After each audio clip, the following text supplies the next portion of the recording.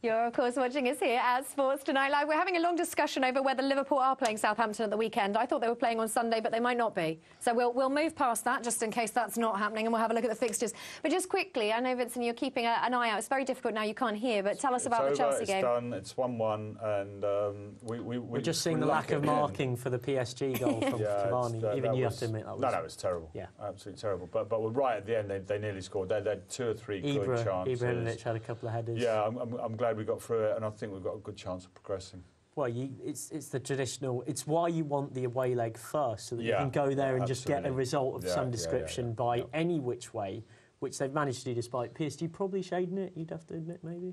No? PSG saved... shaved it. Yeah, they shaded it, and for so sure. That's an excellent little result, because now it's a cup final, and you've got the away goal as well. That's right. Which is huge. You know, people forget the difference between a 1-1 and a 0-0 in the Champions League. I think Chelsea are always better when they're attacking and when they're pressing, and we sat back a bit in this, and we paid the price a little bit. Yeah, they went back to a bit of old school Mourinho part of the bus, didn't they? So do you think they can go all the way in the Champions League? Is that? Of course I do. Of course you do. Unbiased, completely unbiased. The spirit of Munich. So you'd have.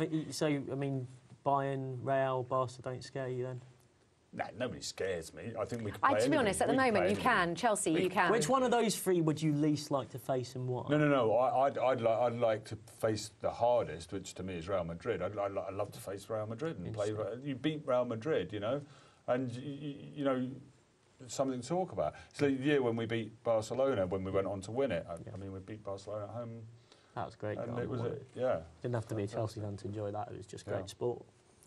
OK, now let's talk about... This is something that I talked about last week. The Brentford manager, Mark Warburton.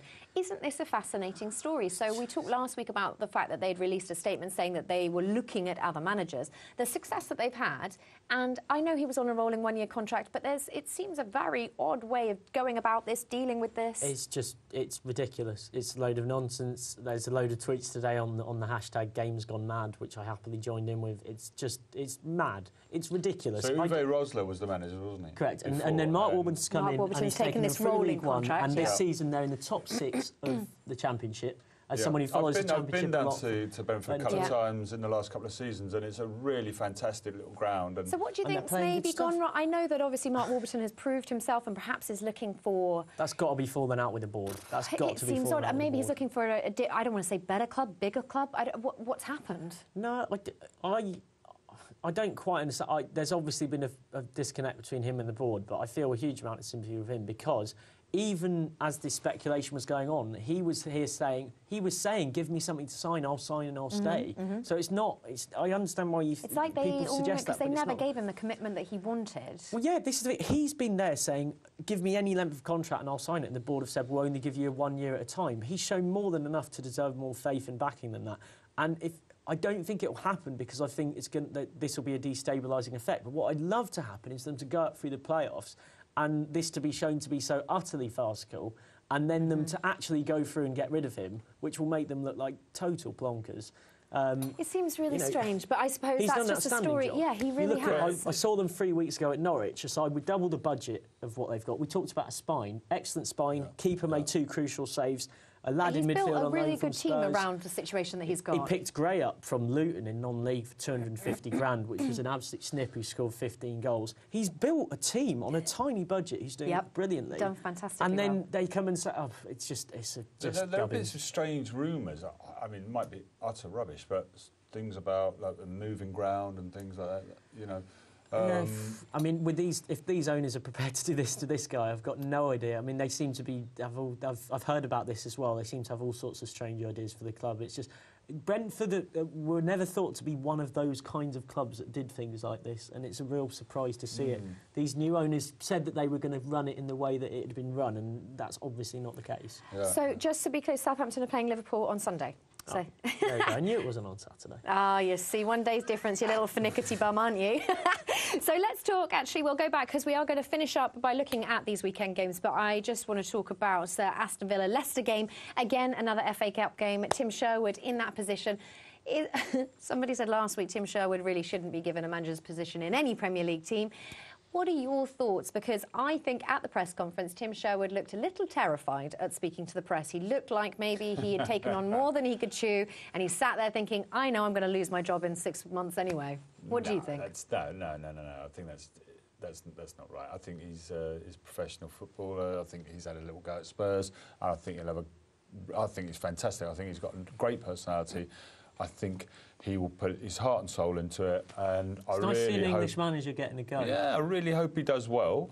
And I think he's a clever, bright guy, and there's no reason why he shouldn't. And I don't think he's frightened. Well, why would he be frightened? I don't know. They'll all get the sack after 6 months anyway. We've now got 9 English managers in the Premier League, which is really nice to see. Although Henry Winter was pointing out that I think it's 5 of them are in the bottom 7 and none of them are in the top 7. So there still seems to be an issue with this country of English managers getting the top opportunities, but it's nice to see at the very least that the talent pool is leading to Premier League opportunities coming up. Thank God for that, yeah. Because so what can he bring that Lambert couldn't? What can he bring to this team? Because obviously this team is in, I don't want to say dire straits, but they are pretty much as bad as it's getting. There is a bit of that new manager effect, and also Sherwood's. One thing that I think even his harshest critic wouldn't disagree with is his ability to motivate. And at Spurs, he liked to play open, attacking football that scored goals. And you look at the players they've got Sinclair, they've got Benteke, they've got Bolnahol, they've got Vyman, they've got Carlos Gil. They shouldn't really go down, should they? Skill that was there that's been lost, hasn't he? Yeah, absolutely. But he's you look at Spurs, he got Adebayor firing, he got Bentaleb going, he got the first shoots of Harry Kane going. He is an attacking manager. You'd think he'd be a reasonably sound choice to get them scoring goals. And thus give them, a reasonable chance of staying up. Because, I mean, at the minute, you're scoring half a goal a game, which is, you're never going to stay up doing that no matter how good your defence is. Well, I watched the Chelsea-Villa game, and Villa gave them a really hard game, A capable side. I think the thing is, though, is when you're playing a side like Chelsea and you're in the bottom 3, it's very easy to turn up and have a go. Because, again, it comes back to this issue of pressure. There's no pressure, no expectation. When they're, playing as they were Hull on Tuesday night, Hull was the big game. That was the game where they needed to play. I was at that Chelsea game, and they were fantastic. If they'd have played like that against Hull on Tuesday, they'd have beaten. Well, maybe, but they didn't. And maybe that will be the change then. Maybe that's what Sherwood. That's the key. He said they need 6 wins in 13 games between the end of the season. It's going to be about the sides around them, because the game's against you. That's a bonus. I think just the enthusiasm that he's got, that he'll bring that enthusiasm, and I think that.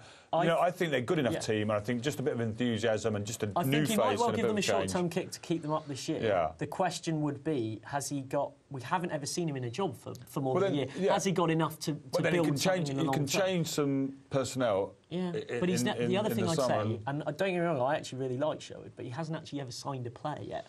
Like, he hasn't had the opportunity, hasn't he? So. No. But then does that say anything about him as a manager? No, he just hasn't had the chance at Spurs. Levy didn't give him the check, but we have to see how he. Okay, so we're getting close to the end of the show. So quickly, we're going to just quickly touch on West Brom, West Ham. Sam Allardyce was obviously rather confident about his sophistication this week, and he went back eating his words. I mean, that was a funny way of biting you on the isn't it? That was an interesting turn of events, wasn't it? I was shocked. I thought West Ham would quite easily get past. Well, they should have at least contended that. They didn't even... And he made an excuse that they'd had a busy week. To be fair, West Brom had exactly the same amount of games. Is this the case of a manager actually thinking that there are bigger fish to fry and looking at possibly getting into Europe? Yeah. You've nicked my point, but Sorry. No, it's fine, because the amount of money... Did someone just stump you for words? The amount of money they'll make for being in Europe next season is greater than they'll get for winning the entirety of the FA Cup. And this is why clubs make these decisions these days. So this is why clubs don't target the FA Cup. A lot of them don't. I think it's okay in some scenarios. For them, that's okay. Fine, you want the bigger clubs like Arsenal to take this seriously, and Manchester United, but at some point, a club does need to make a decision where they can keep their finances coming in, how they can make a difference. They have to make those business decisions. Yeah, but even so, that was a totally unacceptable performance, regardless of the competition. It was strange. They got annihilated. Because they've been really good this season. They're against all expectations. Certainly my expectations have actually been really good. And I'll tell you an interesting thing is that the UEFA League now gives you a Champions League place if you win it. And I think that whole changes everything. Yes. Because you look at makes that Liverpool this year, competition. and they're taking that Europa League really seriously. Well, they've put a lot onto that. They've said they want that. OK, so this weekend's games, we're going to go with Saturday. Aston Villa versus Stoke. Stoke didn't give a very good performance in the FA Cup either. Who's going to take that, and what scoreline are we Villa looking will at? have it 1-0, new manager, in fact. Oh, really? I draw written all over it. It's not that much of an exciting game, is it? Draw all day long. That. Now, next game is Chelsea-Burnley. I love Burnley. Poor old Burnley. I'll go 2-0 Chelsea. Yeah, I think, you know, we've had a midweek game, but it's Tuesday and we're going to spank them about 6-0. Sorry, Burnley. 6-0?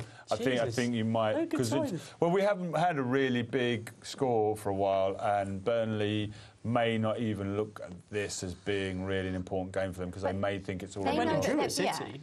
You know. Thank God for that. Go on, Burnley. Go on, well done. And they gave us a good game at the beginning of the season, right? At the very beginning of the season. That's why it won't be 6-0. For sort of But 20 I think they're 25 fresh out the minutes. starting blocks at the beginning of the season. Burnley are getting tired now. They don't have that pool. They've lost a couple of players as well. They really well. want to give it their all at Chelsea when they're going to look at a couple of games. It's not going to make the difference really to them, is it?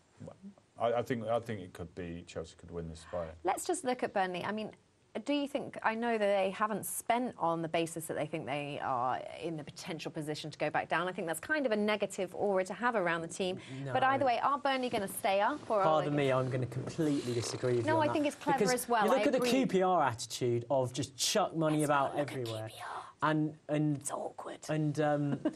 And basically have no real cognitive sense of financial planning and just hope that we stay up. Burnley it's it's very wise. You can't criticise them But for look at the Burnley parachute being payment. pragmatic. Look at the parachute payment. Yeah. If they go down, which they will. Yeah, Sorry, exactly. but And you know, I Burnley think they don't- will go and down. Burnley don't- Parachute payment then allows them to come back straight back up, Yeah. possibly.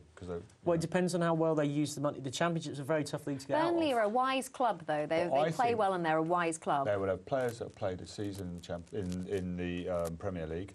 They will have a lot of money to spend, and I think they will be hardened a little bit by playing in the Premier League. I think they'll I can really give you give it a countless good examples of teams who've fitted that criteria, but one this season is Norwich. Norwich, and they found it really difficult. And I thought Norwich would do really Norwich, well. And actually, I thought Norwich are the Norwich best would do place well. of the free promoted sides. Yeah. Cardiff are nowhere near it. Fulham are nowhere near it. No, And they Fulham were on the free fall, weren't Yeah, they? of course They they're were in on the trouble. They gaff. were in desperate So trouble. let's move on then. So we think it's going to be a Chelsea win and Burnley are going down. Is that what you're saying? Yeah, Is that the future Sorry, of Burnley? no. I have no oracle, I have no crystal ball, but Chelsea will That's win that your- game. yeah. I have that crystal ball, they will win that game.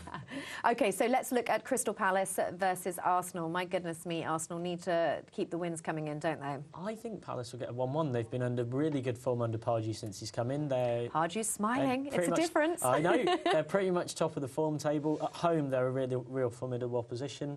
I think Ozil suddenly sprung back into life, and I think they'll beat Palace. I think they'll probably quite easily beat Palace. I think Arsenal are a better team than Palace, and Well, they are there are one or two theoretically a better players team. that especially Ozil, the one or two players Just that are outclass starting a to little look their old self and look better, you know. Yeah. I mean, it's taken a while, hasn't it? We've even seen people, you know, obviously Theo Walcott has taken a while to get back into injury, but even his form is coming back to what Yeah, and Arsenal would hope. Oxlade-Chamberlain's coming back, and you know they're just starting to look a team. Every again, season, you know. Arsenal seem to have a load of injuries, and then from March onwards, they Fly, get yeah. their best players back, and they go on a fantastic run that secures them for another it's, season. it's odd with East League Ozil, rave but it's repeat. very odd with Ozil. I didn't even think, you know, in the World Cup.